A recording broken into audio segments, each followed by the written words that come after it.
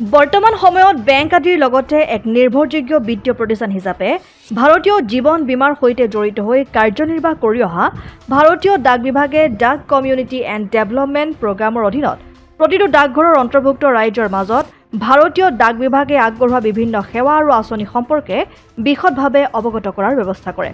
ডাক বিভাগৰ সৈতে জড়িত হৈ ৰাইজ কিদৰে উপকৃত হ'ব পাৰে সেই সম্পৰ্কে উন্নয়ন বিষয়া পৱন বৰপাত্ৰ গোহাঁই, শিৱসাগৰ মহকুমা তত্ত্বাৱধায়ক ৰাতুল কলিতা, জয়সাগৰ ডাকঘৰৰ উপ পোষ্ট মাষ্টাৰ যোগেন্দ্ৰ ফুকন উপস্থিত থাকি বিশদভাৱে জানিবলৈ দিয়ে। বৰ্তমান দেশজুৰি বৃদ্ধি পোৱা চাইবাৰ ক্ৰাইমৰ জালত পৰি অসমৰ বহু লোক ধন হেৰুৱাবলগীয়া হোৱাৰ বাবে ডাকঘৰত ধন ৰাখিলে সম্পূৰ্ণ সুৰক্ষিত হয় বুলিও জানিবলৈ দিয়ে সজাগতা সভাত।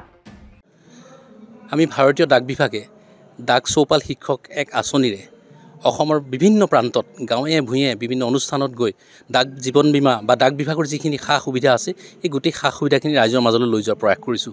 ইতিমধ্যে অসমত আমি দেখা পাইছোঁ যে বিভিন্ন ধৰণৰ ভুৱা বিত্তীয় প্ৰতিষ্ঠানে ৰাইজক প্ৰলোভন দি হাজাৰ হাজাৰ কোটি টকা আত্মসাৎ কৰি ৰাইজৰ কষ্টোপাৰ্জিত ধন পানীত পেলাইছে।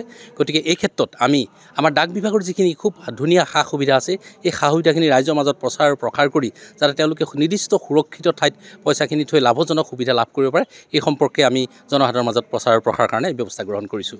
এতিয়া ডাকঘৰ বুলি ক'লে মানুহে কেৱল অকল চিঠি পত্ৰ অনা নিয়া ব্যৱস্থাটোৰ কথাই মনলৈ আহে, কিন্তু ডাকঘৰে এতিয়া ৰাইজৰ সকলো ধৰণৰ সা সুবিধা ডাকঘৰে পূৰণ কৰিব পাৰিছে।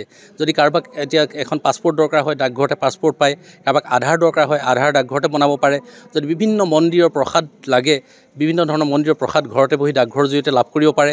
গংগাৰ গংগাজলৰ যিটো ব্যৱস্থা, গংগাৰ মূল উৎস গংগোত্ৰীৰ পৰা অনা গংগাজল আমাৰ ভাৰতবৰ্ষৰ সকলো ডাকঘৰতে উপলব্ধ। আৰু তাৰোপৰি ডাক বিভাগৰ যিখিনি সঞ্চয় আঁচনি আছে, ছেভিংছেই হওক বা সুকন্যা সমৃদ্ধি যোজনাই হওক বা মহিলা সন্মান ছেভিংছ চাৰ্টিফিকেটেই হওক, পাব্লিক প্ৰভিডেণ্ট ফাণ্ডেই হওক বা আমাৰ যিটো PL RPL আটাইতকৈ লাভজনক এটা সঞ্চয় আৰু বীমা আঁচনি, এই সুবিধাখিনি ৰাইজক ল'বৰ কাৰণে আমি আহ্বান জনাইছোঁ। আজিও আমি এই সভাত ইয়াৰ সজাগতা আৰু প্ৰচাৰ প্ৰসাৰৰ ব্যৱস্থা কৰিছোঁ। শিৱসাগৰৰ পৰা ছৈয়দ মুস্তাকুৰ ৰহমানৰ ৰিপৰ্ট, অসম আদিত্য। NKS হুণ্ডাইলৈ স্বাগতম। নৰ্থ ইষ্টৰ প্ৰথম GDSI 2.0 ফিচাৰ্ছ ডিলাৰ হৈছে NKS হুণ্ডাই। অত্যাধুনিক সা সুবিধাৰে তৈয়াৰী মষ্ট আপডেটেড হুণ্ডাই ডিলাৰ এতিয়া ডিব্ৰুগড়ত। আমাৰ NKS হুণ্ডাই ডিলাৰত open sales consulted room, customer ৰুমৰ লগতে পুৰণি গাড়ীৰ এক্সচেঞ্জ ফেচিলিটিও ৰখা হৈছে। ইয়াত চেলছৰ লগতে ছাৰ্ভিচ ছেক্টৰৰ সুন্দৰ সুবিধা আছে। প্ৰয়োজনীয় সকলো এডভান্স টুলছ, হুইল বেলেন্সিং, এলাইনমেণ্টৰ অত্যাধুনিক machine, post hydraulic lift, fully ট্ৰেইনমেণ্ট পাৱাৰৰ লগতে nitrogen gas filling facility, fully automatic car washer ফেচিলিটিও আছে।